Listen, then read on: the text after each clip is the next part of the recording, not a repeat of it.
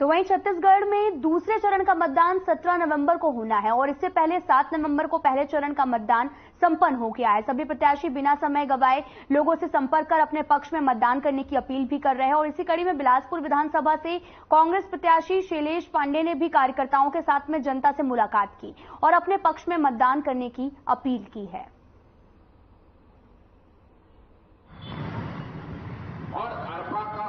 ये होता है ऐसा नहीं है। वो आज केवल प्राधिकरण बनाकर आज जनता समझ गई है।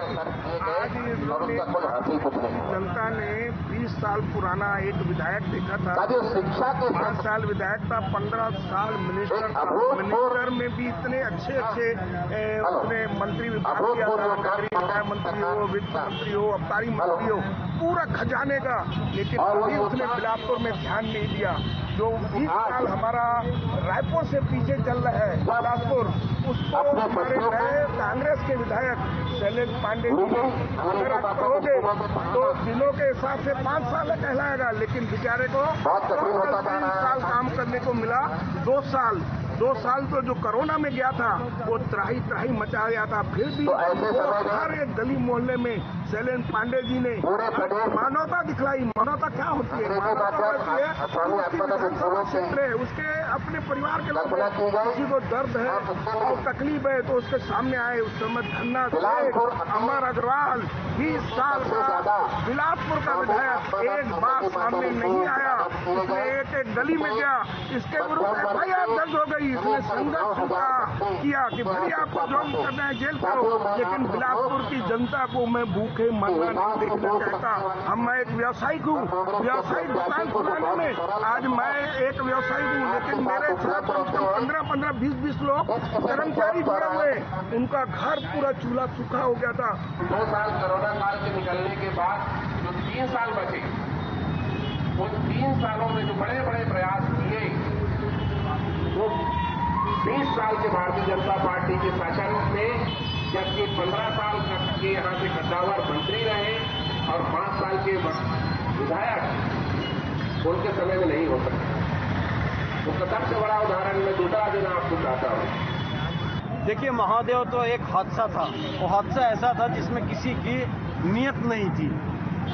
कुछ लोगों ने मिलकर बदनाम करने की कोशिश की और वो अपने कार्यक्रम में सफल रहे।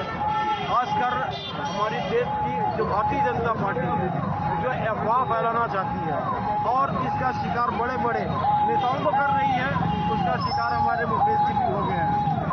जब तथ्यों की जानकारी लोगों के सामने आएगी तो समझ में आएगा ऐसी कोई बात थी नहीं, सिर्फ एक मनगढ़ंत कहानी थी और बात खत्म हो जाएगी। जो जिम्मेदारियां उसे पूरा नहीं कर पाते हैं, इसलिए झूठी बातें फैलाते हैं। ऐसा कुछ भी नहीं है, सभी झूठी और पूरी अफवाहें हैं। भूपेश बघेल जी गंगा की तरफ पवित्र, माँ अरपा की तरफ पवित्र हैं, जो माँ अरपा के लिए सारी योजनाएं ला सकते हैं। माँ अरपा को दोबारा से चलायमान करना चाहते हैं। ऐसे आदमी पर आरोप लगा के भारतीय जनता पार्टी को कुछ मिलना नहीं है और वो पूरी तरह हारने जा रहे हैं। दोबारा मुख्यमंत्री भूपेश बघेल जी सत्ता में आ रहे हैं फिर से, क्योंकि उन्होंने जो वादे किए थे उसे पूरा किया है और सत्ता में जनता इसलिए लाना चाहते हैं जो वादे वो पूरे हुए हैं, जो नए उन्होंने शुरू किए उसे भी पूरा जनता कराना चाहती है।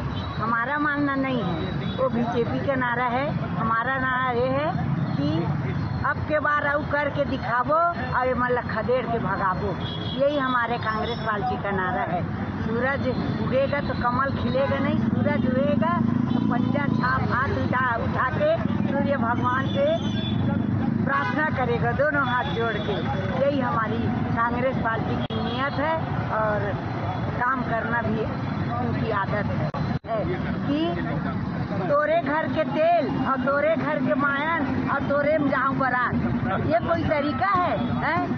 उसमें एक बदनाम करने का एक उनका ही ड्राइवर है, वो बोल रहे हैं तो ये ऐसा मान लेंगे क्या?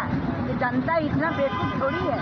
जो ऐसा लांछन लगाने से पहले सोचना चाहिए कि जो भी लांछन लगाए क्या उसका ड्राइवर के बोलने से हो जाएगा क्या? उसका प्रूफ होना चाहिए, उसका बहस होना चाहिए। आज जो हमारे मुख्यमंत्री उसका अच्छा जवाब दिए हैं, तुरंत जवाब दे दिए उनको।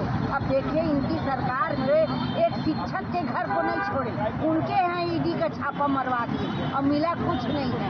ये कोई तरीका है? ईडी को ये लोग क्या बना लिए भगवान जाने। बस छोटा भारतीय जनता पार्टी के शासनकाल में बना। वही अंतर है भारतीय जनता पार्टी के